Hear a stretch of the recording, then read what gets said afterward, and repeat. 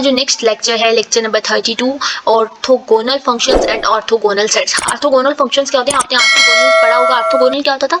जब आप दो वेक्टर्स का डॉट प्रोडक्ट लेते हैं और अगर वो जीरो के इक्वल हो जाता है तो आप उसको ऑर्थोगोनल कह देते थे। लेकिन यहाँ पे कुछ क्वेश्चंस रीड कर लेते हैं। Can we generalize the idea of vectors and orthogonality? क्या आप वेक्टर्स के आइडिया को और ऑर्थोगोनैलिटी को हम जनरलाइज कर सकते हैं? तो इसका क्या मतलब है? अगर हम फंक्शन को इस तरह से डिफाइन कर लें ए बी के ऊपर, और value of F at each point on A B represents its component. अब आपके पास कोई भी फंक्शन है, उसको हमने 2 पॉइंट्स दे दिए ए आई बी जे, यहाँ आपके पास जो इसके इंटीग्रल है वो ए बी के ऊपर वो डिफाइन है, और अगर हम उसके फंक्शन को हर पॉइंट के ऊपर ए बी के ऊपर रिप्रेजेंट करें तो वो ए बी क्या करेगा? वो रिप्रेजेंट करेगा, ये हर पॉइंट उसके कंपोनेंट्स को ही रिप्रेजेंट करेगा। जैसे आप एक्स आई वाई जे जेड के लिखते थे, तो इसका मतलब है कि हम आइडिया ऑफ वेक्टर को और ऑर्थोगोनैलिटी को जनरलाइज कर सकते हैं। इसके बाद नेक्स्ट क्वेश्चन के अंदर वो ऑर्थोगोनल की डेफिनेशन दे रहा है। आपके पास कोई से भी दो वेक्टर है, अगर आप उनका डॉट लेंगे तो वो अगर वैल्यू जीरो की इक्वल आ जाएगी तो वो ऑर्थोगोनल होंगे। Say a of x in b of x defined on A b, आपके पास इंटीग्रल ए टू बी के ऊपर डिफाइन है। अगर आप इनका डॉट लेते हैं और आपके पास ए ऑफ एक्स अगर वो जीरो की इक्वल आ जाता है तो a of x and b of x is said to be orthogonal. अब आपके पास इसके बाद नॉर्मलाइज्ड वेक्टर क्या होता है? नॉर्मलाइज्ड वेक्टर होता था आपके पास जो भी वेक्टर गिवन है ना, जैसे ए वेक्टर गिवन है उसके अंदर कंपोनेंट a1 a2 a3 है, तो अगर आप उसके a1 a2 a3 के कंपोनेंट, सारे कंपोनेंट को उसके मैग्नीट्यूड से डिवाइड कर दें तो वो आपके पास एक नॉर्मलाइज्ड वेक्टर होगा। और इसका मैग्नीट्यूड का आंसर हमेशा क्या होगा? अगर उसके मैग्नीट्यूड का आंसर यूनिटी हो, यूनिटी का मतलब है 1 हो। अगर आपके पास आप एक्स आई वाई जे आपके पास कोई भी वेक्टर है, आर वेक्टर है, अगर आप इसका मैग्नीट्यूड लें और मैग्नीट्यूड का आंसर 1 आ जाए और फिर आप उसको इस फॉर्म के अंदर लिख दें तो वो आपके पास एक नॉर्मलाइज्ड फॉर्म होगी। ठीक हो गया। उसके बाद नॉर्मल और नॉर्मलाइज्ड इन ए बी क्या होगा? आपके पास ए ऑफ एक्स नॉर्मल या नॉर्मलाइज्ड क्या होगा? अगर आप ए ऑफ एक्स का स्क्वायर लें डीएक्स, आप उसको इंटीग्रेट करें, अगर आप पास इन दोनों वेक्टर्स का स्क्वायर लेने से आपके पास उसको इंटीग्रेशन करने से आंसर 1 आ जाता है तो वो उसको उस फॉर्म को आप कहेंगे ए ऑफ एक्स जो है नॉर्मल है या नॉर्मलाइज्ड है। इसके बाद ऑर्थोगोनल सेट्स, ये असल में ऑर्थोगोनल नहीं है, यहाँ पे ये ऑर्थोनॉर्मल है। ऑर्थोनॉर्मल की 2 कंडीशंस होती हैं। इस सेट ऑफ फंक्शन को आप ऑर्थोनॉर्मल कहते हैं जब अगर आपके पास यहाँ पे 2 कंडीशन, अगर आप उनका डॉट प्रोडक्ट लें, उन 2 फंक्शंस का डॉट प्रोडक्ट लें और उसमें एक रिस्ट्रिक्शन ये है कि एम एन के इक्वल ना हो। जैसे मैं अगर आपको कहती हूँ साइन एम एक्स, मैं इस फंक्शन लेती हूँ sine M X function, sine ये वाला एक फंक्शन लेट कर लिया, फाई एम एफ एक्स को कह लिया साइन एम एफ एक्स कह लिया, और जो फाई एन एफ एक्स का है उस फंक्शन को कह लिया साइन एन एफ एक्स कर लिया। अगर मेरे पास यहाँ पे एम एन के इक्वल नहीं है और अगर मैं उसका डॉट प्रोडक्ट लेती हूँ तो वो जीरो के इक्वल हो जाता है, तो मैं कहूँगी, अगर मैं दूसरा फंक्शन अच्छा कॉज ले लेते हैं, वहाँ पे आपके पास आंसर जीरो हो भी जाएगा easily, cause an F X ले लेती हूँ और अगर मैं इनका डॉट प्रोडक्ट लूँ और मैं इसकी इंटीग्रेशन करूँ और वैल्यू जीरो हो जाए तो आपके पास ऑर्थोनॉर्मल की पहली कंडीशन, अगर डॉट प्रोडक्ट लें वैल्यू जीरो हो जाए। वैल्यू जीरो कब होगी? जब एम एन के इक्वल नहीं होगा, और अगर एम एन के इक्वल होगा तो आंसर 1 आएगा। उसका आंसर क्या आएगा? 1 आएगा। अगर एम एन के इक्वल होगा, यहाँ साइन एम एक्स है, यहाँ पे भी क्या हो जाएगा? कॉज एम एक्स हो जाएगा, तो आपके पास वैल्यू हो सकती, ये आपके पास फाई एम एफ एक्स का स्क्वायर तब बनेगा जब ये दोनों साइन वाले होंगे। यहाँ पे भी मैंने जहाँ कॉज लेट किया यहाँ पे भी साइन वाला होगा तो ये sine square M F X बन जाएगा, और अगर एम एन के इक्वल हो गए हैं तो आपके पास उसका आंसर जो है वो 1 आ जाएगा। देन द सेट फाई के ऑफ एक्स के 1 2 3 इज ऑर्थोनॉर्मल। ठीक हो गया, इसको आप ऑर्थोनॉर्मल कहेंगे। अब 1 और 2 से हमें पता चला। अब आपने क्रोनिकल डेल्टा की कंडीशन पढ़ी है, ये क्रोनिकल डेल्टा है। क्रोनिकल डेल्टा में क्या होता था? जब वैल्यूज इक्वल होती थी तो आंसर 1 आता था, और जब वैल्यूज इक्वल नहीं होती थी तो आंसर 0 आता था।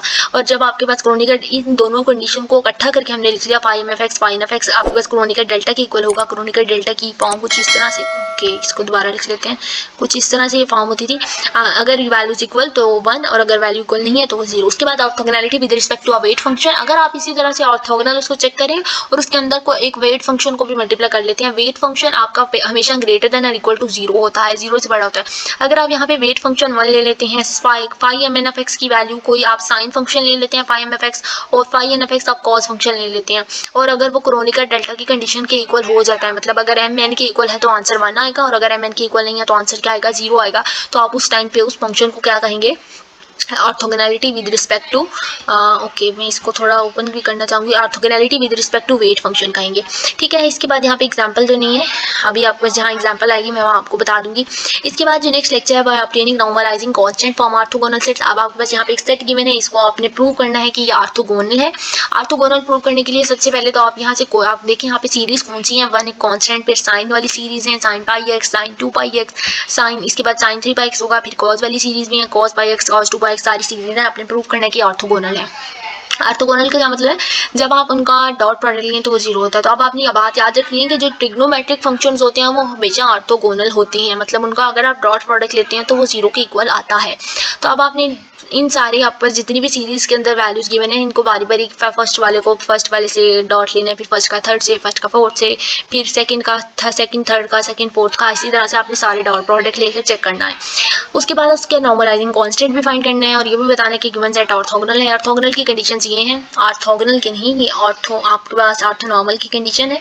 ऑर्थोनॉर्मल की कंडीशंस आपके पास कुछ इस तरह से है। आप देखिए possibilities for given set using for, आपके पास जितनी पॉसिबिलिटीज बनती हैं, जितने आप डॉट प्रोडक्ट ले सकते हैं। फन का आपके पास साइन सीरीज है तो आप इसके पास पाई एक्स, 2 पाई एक्स, 3 पाई एक्स, इस तरह से वैल्यूज इंक्रीज हो रही हैं तो हम यहाँ पे के पाई ऑफ एक्स लिख सकते हैं, के 1 2 3 अप टू सो कुछ भी हो सकता है। अब आप वन का जब साइन के पाई एक्स अवर एल से डेरिवेट सॉरी इसका लेंगे तो आपके पास इसकी इंटीग्रेशन करने के बाद आपके पास इसका आंसर क्या आएगा, जीरो के इक्वल आएगा। ठीक है, आप इसकी इंटीग्रेशन करके चेक कर लें, इंटीग्रेट कर लें, साइन की इंटीग्रेशन को माइनस कॉज होती है। इसी तरह से आप कॉज वन का कॉज के साथ ले लें तब भी आपके पास इसका आंसर क्या आएगा, जीरो ही आएगा। अब इसके बाद आप क्या करेंगे, नेक्स्ट हम फंक्शन ले लेते हैं, हम साइन के पाई, आपके पास साइन सीरीज को कॉज सीरीज के साथ अगर हम डॉट लेते हैं तो उसका आंसर जो है वो जीरो आता है। कंडीशन क्या है, के पी के इक्वल नहीं है। मैंने इसको प्रूव करने के लिए साथ में आपके रिकमेंडेड हैंडआउट्स भी ओपन कर लिए। जब आपके पास साइन को आप कॉज से मल्टीप्लाई करते हैं तो उसका आंसर जीरो आता है। तो ये पार्ट भी है आपका, हम इसको ओपन कर लेते हैं। आपके पास यहाँ पे साइन ए कॉज बी का फॉर्मूला बन रहा है, फॉर्मूला ओपन करेंगे 1/2 साइन ए माइनस बी साइन ए प्लस बी।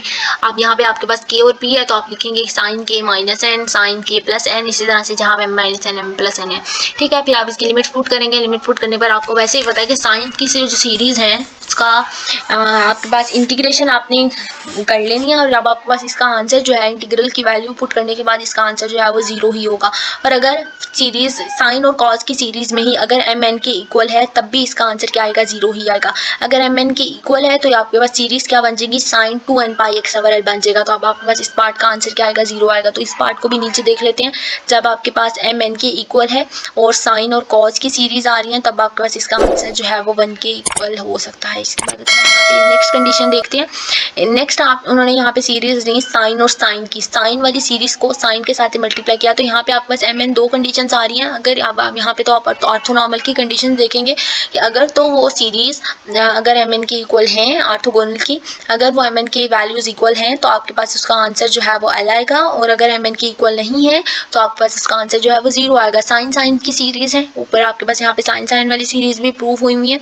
तो देखें यहाँ पे साइन साइन वाली सीरीज है, okay this one part, okay sine वाली सीरीज साइन साइन वाली सीरीज है। ये आपके पास फॉर्मूला ओपन होगा, फॉर्मूला ओपन के होने के बाद 1/2 cos m minus n pi x over l m plus n cos m pi x over l लिखेंगे और इसकी लिमिट पुट करने के बाद भी आपके पास आंसर क्या आएगा, जीरो आएगा जब m n के इक्वल नहीं होगा। और जब m n के इक्वल नहीं है तो आपके पास इसका आंसर जीरो है। इसी तरह से जब आपके पास m n के इक्वल है तो उन्होंने ये प्रूव किया है कि ये आंसर 1 है।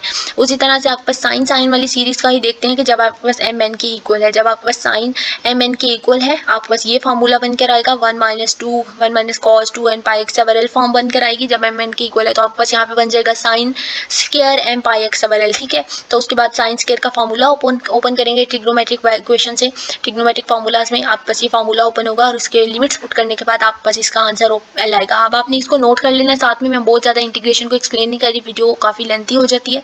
इसके बाद अगर आप साइन वाली वैल्यूज़ को ही साइन से मल्टीप्लाई करते हैं, कॉज वाली को ही कॉज से मल्टीप्लाई करते हैं तो आपके पास इसका आंसर जो है एल आता है। तो देखिए यहाँ पे आपके पास अगर आप साइन वाली को ही साइन से मल्टीप्लाई करें तो आप बस इसका आंसर जो है वो एल आएगा। ये चीज़ हमने देख लिया, यहाँ पे इसका आंसर एल आएगा। कॉज वाली को ही अगर कॉज वाली से करें तो आप बस इसका आंसर एल आएगा। ये चीज़ भी यहाँ पे उन्होंने प्रूव की हुई है, एल आएगा। अब अगर आप इसी फंक्शन को दोनों साइड पे स्क्वायर ले लेते हैं, स्क्वायर लेने के बाद आपके पास यहाँ पे इसके दोनों साइड पर साइन वैसे ही ऑलरेडी स्क्वायर है, अगर आप इसके दोनों साइड पे स्क्वायर रूट लेते हैं तो स्क्वायर रूट लेने के बाद आपके पास ये यहाँ पे स्क्वायर रूट एल, हाँ इसको समझाने के लिए मैं लिख रही हूँ, अगर इसके साथ कुछ भी नहीं है तो यहाँ पे 1 है। स्क्वायर रूट एल इधर मल्टीप्लाई हो रहा है, इधर आके क्या हो जाएगा, डिवाइड हो जाएगा। 1 square root l sine m pi x over l का होल स्क्वायर हो जाएगा और ये इक्वल टू यहाँ पे सिर्फ 1 बाकी बच जाएगा। सिमिलरली ये जो कॉज वाला फंक्शन है ये भी एल के इक्वल है, इसको भी आप इस तरह से इस फॉर्म में लिख सकते हैं। ये फॉर्म लिखने के बाद अब आप नेक्स्ट अपनी सीरीज का कोई और वैल्यू लेते हैं, जैसे हम 1 को देख लेते हैं। अगर हम 1 को 1 से मल्टीप्लाई करें तो 1 dx आपके पास इसकी इंटीग्रेशन 1 dx किसके इक्वल आएगा, आपके पास इसकी इंटीग्रेशन क्या आएगी, x आएगी। लिमिट्स पुट करेंगे, लिमिट्स पुट करने पर आपके पास पहली लिमिट पुट करने पे l, फिर दरम्यान में माइनस का साइन, और लोअर लिमिट पुट करेंगे तो minus l, minus minus plus हो जाएगा। तो आपके पास इस वाले 1dx का आंसर क्या आएगा, 2l आएगा। अब आप इस फॉर्म को भी अगेन इस फॉर्म में लिख सकते हैं, दोनों तरफ स्क्वायर लें, ये स्क्वायर 1 नंबर दोनों तरफ स्क्वायर रूट लेंगे तो ये स्क्वायर रूट 2l है।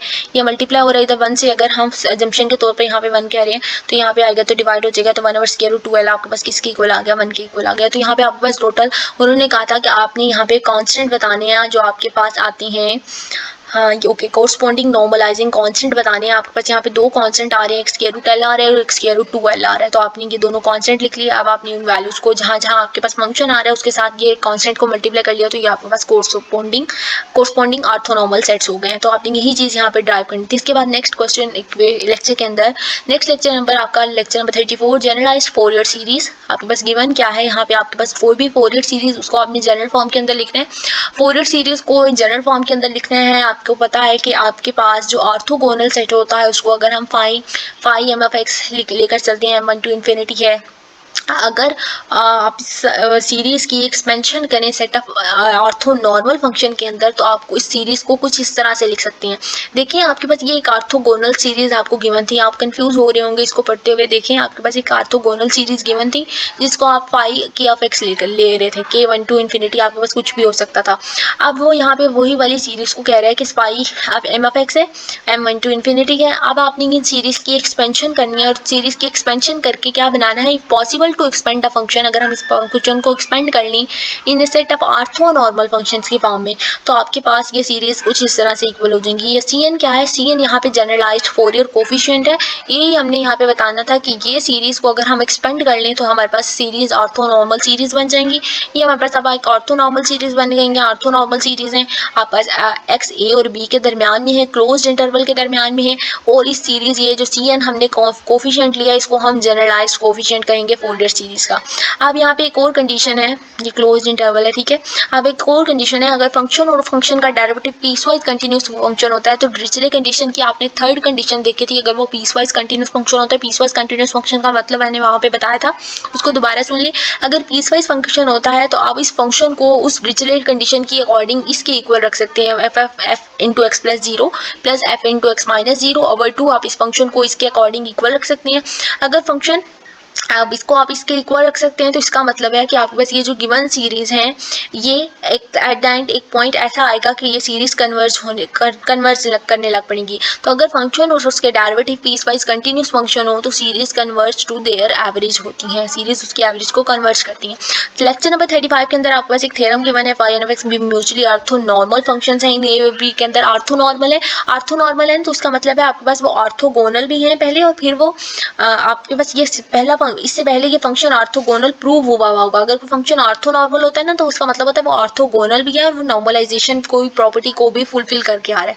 तो आपके पास phi n of x mutually orthonormal function है। अब आपने बताना है कि ये जो आपके पास जनरलाइज्ड सीरीज थी, फोरियर कोफिशिएंट था, ये कन्वर्ज करता है यूनिफॉर्मली इस फंक्शन को, कन्वर्ज करता है यूनिफॉर्मली, देन आपके पास Cn का आंसर ही आएगा। अब आपके पास ये जो सीरीज गिवन है summation sign Cn n phi N F x, ये सीरीज गिवन है, ये कन्वर्ट करती है यूनिफॉर्मली। आप बस कोई भी फंक्शन हमने कह लिया एफ एफ एक्स को, ठीक है। अब आपने इसको एफ एफ एक्स के इक्वल रख लिया, मल्टीप्लाई करेंगे दोनों साइड पे फाई एम एफ एक्स को साथ, इधर फाई एम एफ एक्स के साथ मल्टीप्लाई किया, इधर फाई एम एफ एक्स के साथ मल्टीप्लाई किया। Cn है आपके पास एक कांस्टेंट कोफिशिएंट है, कांस्टेंट है, इसको सेपरेट आउट कर लिया। इंटीग्रल और समेशन साइन जो है वो क्या हो सकते हैं, इंटीग्रल और समेशन साइन इंटरचेंज हो सकते हैं। तो हमने इसको कुछ इस तरह से लिख लिया। अब आपके पास यहाँ पे दो कंडीशंस बन सकती हैं, जब mn के इक्वल है तो आंसर 1l आएगा, और जब mn के इक्वल नहीं है तो आंसर 0 आएगा। क्योंकि अब आपके पास यहाँ पे लिमिट a to b है, तो यहाँ पे आपके पास कोई और वैल्यू भी -l to l होता है अगर, तो आप कह सकते हैं कि b के इक्वल। अब यहाँ पे आपके पास ये जो इक्वेशन नंबर 2 है ये क्या बन जाएगी, आप यहाँ पे इस फंक्शन को, ये पूरा फंक्शन है, ये वाले को Cm का नाम दे दें या Cn का नाम दे दें। आपको पता है कि फाई एन ऑफ एक्स किसके इक्वल होता है, ये तो 1 के इक्वल होता है। इसका मतलब है हम Cn को इस फंक्शन के इक्वल, अब आपके पास ये चीज़ तो 1 हो गई है, ये फंक्शन Cm को इसके इक्वल रख सकते हैं, या आप इसको कह सकते हैं कि Cn इस फंक्शन के इक्वल है। आप इसको कुछ भी तरह से लिख लें, आपके पास ये जनरलाइज्ड फोरियर कांस्टेंट का आंसर आ चुका है। तो अभी तक आपके पास लेक्चर नंबर 35 तक हो गए। इसके बाद आपके पास लेक्चर नंबर 36 स्टार्ट करेंगे। लेक्चर नंबर 36 के बाद आपके पास जो नेक्स्ट लेक्चर्स हैं ये आपको कुछ बोरिंग लग रहे होंगे, लेकिन ये इसके बाद जो आपको सीरीज आएंगी वो काफ़ी मज़े की लेक्चर्स हैं, स्टर्न लॉवली इक्वेशंस हैं, वो इंशाल्लाह हम देखेंगे, तो आपको मज़ा भी आएगा पढ़ के। तो अभी आपको जितना आपको समझ आ रही है आप मुझे कमेंट सेक्शन में ज़रूर बताएं, जो चीज़ नहीं समझ आ रही वो भी बताएं, ताकि मैं अपनी रिकॉर्ड करते करते जो मेरे से पॉइंट बताते हुए मिस हो गया मैं उसको अगेन एक्सप्लेन कर सकूँ। तो वीडियो अच्छी लगे तो लाइक ज़रूर करें, चैनल को सब्सक्राइब करें, अपने फ्रेंड्स के साथ 647 की प्लेलिस्ट को शेयर करें। अल्लाह हाफिज़, थैंक यू।